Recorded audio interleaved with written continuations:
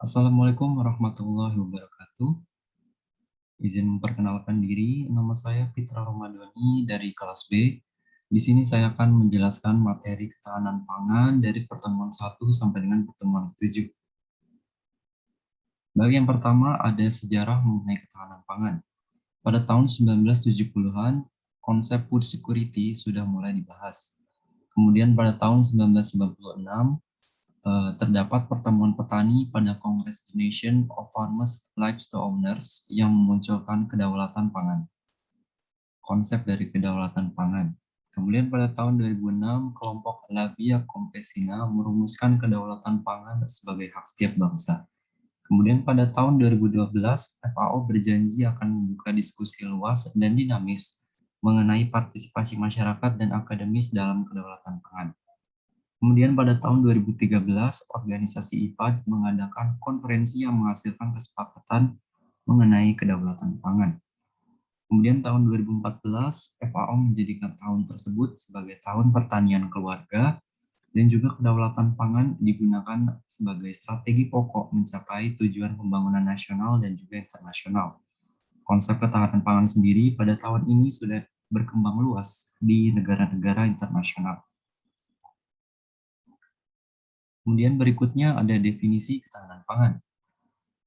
Definisi dari ketahanan pangan sendiri tertuang pada Undang-Undang Nomor 7 Tahun 1996 yang kemudian diperbarui pada Undang-Undang Nomor 18 Tahun 2012.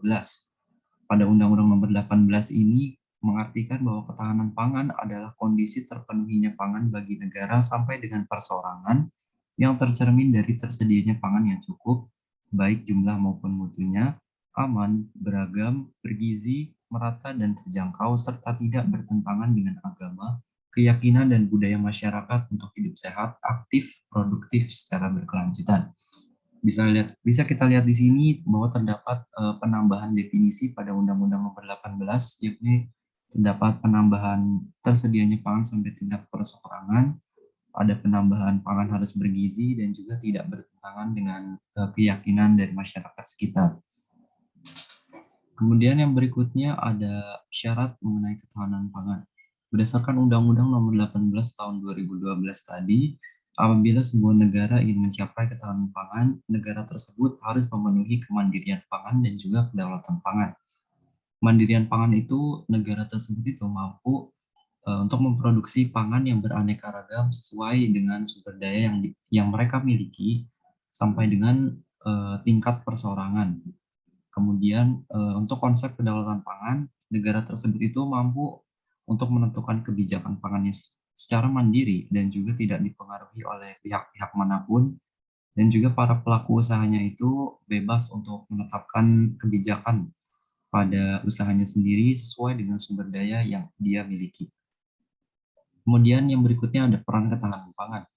Ketahanan pangan memiliki peran yang sangat penting dalam pembangunan nasional. Yang pertama sebagai kebutuhan dasar manusia, kemudian bagian dari budaya, dan juga mengembangkan sumber daya manusia yang berkualitas sebagai pilar pembangunan nasional dan juga untuk meningkatkan kemandirian pangan. Yang berikutnya ada pilar ketahanan pangan. Ketahanan pangan memiliki 4 pilar utama yang harus kita penuhi. Yang pertama ada ketersediaan pangan, keterjangkauan, pemanfaatan, dan juga kestabilan pangan. Yang berikutnya dalam rangka meningkatkan ketahanan pangan, pemerintah sendiri sudah membuat kebijakan-kebijakan yang difokuskan pada aspek ketersediaan pangan, keterjangkauan pangan, dan pemanfaatan pangan. Pada ketersediaan pangan, hal lebih difokuskan pada peningkatan penganekaragaman pangan berdasarkan potensi dan sumber daya alam yang kita miliki, dan juga difokuskan untuk mengurangi jumlah dari penduduk miskin dan juga kelaparan dengan cara memantapkan kerawanan pangan. Kemudian pada keterjangkauan pangan, kebijakan lebih difokuskan pada stabilisasi pasokan dan juga harga pangan, serta pada pengolahan cadangan makanan.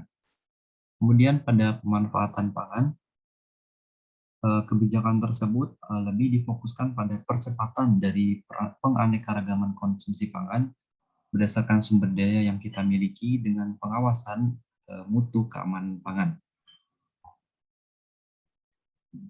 Yang berikutnya ada ketersediaan pangan. Berdasarkan Undang-Undang Nomor 18 Tahun 2012, ketersediaan pangan adalah kondisi tersedianya pangan dari hasil produksi dalam negeri dan cadangan pangan nasional, serta impor apabila kedua sumber utama tadi tidak dapat memenuhi kebutuhan. Selain itu juga, aspek ketersediaan ini diartikan bahwa setiap elemen masyarakat itu tersedia pangan baik dalam jumlahnya, mutunya, dan juga aman untuk dikonsumsi. Faktor penentu dari ketersediaan pangan ini yaitu ada produksi pangan, perdagangan, dan juga transfer. Yang berikutnya ada akses pangan. Akses pangan merupakan salah satu subsistem ketahanan pangan yang menghubungkan antara ketersediaan pangan dan pemanfaatan pangan atau konsumsi pangan. Sebuah negara dikatakan memiliki akses pangan yang baik apabila setiap masyarakatnya memiliki sumber daya yang cukup untuk mendapatkan pangan yang baik dari segi jumlahnya, mutunya, maupun keragamannya. Upaya untuk meningkatkan akses pangan ini diantaranya adalah dengan cara stabilisasi harga pangan, kemudian meningkatkan program bantuan kepada masyarakat yang membutuhkan, kemudian diversifikasi pangan, dan juga pembangunan sarana dan prasarana produksi dan distribusi. Kemudian berikutnya ada diversifikasi pangan. Diversifikasi pangan merupakan upaya untuk mendorong masyarakat agar tidak terpaku pada salah satu jenis saja dari bahan pokok. Apalagi di Indonesia saat ini masyarakat hanya terfokus pada beras saja. Oleh karena itu diversifikasi pangan ini sangat perlu dilakukan agar masyarakat Indonesia tidak terpaku pada beras saja sebagai bahan pokoknya. Yang berikutnya ada pemanfaatan pangan.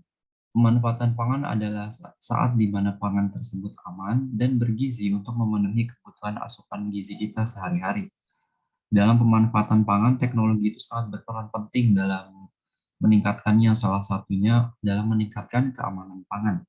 Keamanan pangan itu adalah kondisi atau upaya di mana kita itu mencegah dari pangan tersebut dari kemungkinan 3 cemaran, yaitu cemaran fisik, yaitu dapat berupa benda-benda asing seperti rambut, kuku, dan lain-lain. Kemudian ada cemaran biologis yang berupa mikroorganisme ataupun yang lainnya. Kemudian ada cemaran kimia yang berasal dari bahan-bahan kimia seperti limbah industri ataupun yang lainnya. Ataupun benda-benda lain yang dapat mengganggu kesehatan dan bertentangan dengan kepercayaan dan keyakinan masyarakat. Kemudian ada aspek ketahanan pangan. Ketahanan pangan itu dipengaruhi oleh beberapa aspek, yaitu ada aspek ekonomi, teknologi, politik, hukum, sosial budaya, lingkungan, dan juga fisik. Di sini saya akan menjelaskan mengenai aspek teknologi dan juga aspek ekonomi saja. Akses teknologi merupakan akses pendukung pada pilar ketahanan pangan, yaitu pada ketersediaan, aksesibilitas, pemanfaatan, dan stabilitas pangan. Dengan mengembangkan ilmu pengetahuan di bidang ini, maka teknologi bisa dijadikan sebagai untuk mempermudah kita dalam melakukan produksi ataupun distribusi sehingga hal tersebut semakin mudah untuk dilakukan. Kemudian aspek ekonomi merupakan salah satu aspek pendukung pilar ketahanan pangan, yaitu pada aksesibilitas pangan. Akses ekonomi ini mengacu pada pendapatan masyarakat atau daya beli masyarakat, kestabilan harga, dan juga pertumbuhan ekonomi dari negara tersebut. Demikian yang bisa saya sampaikan. Mohon maaf apabila ada kesalahan kata yang kurang berkenan. Terima kasih atas perhatiannya. Wassalamualaikum warahmatullahi wabarakatuh.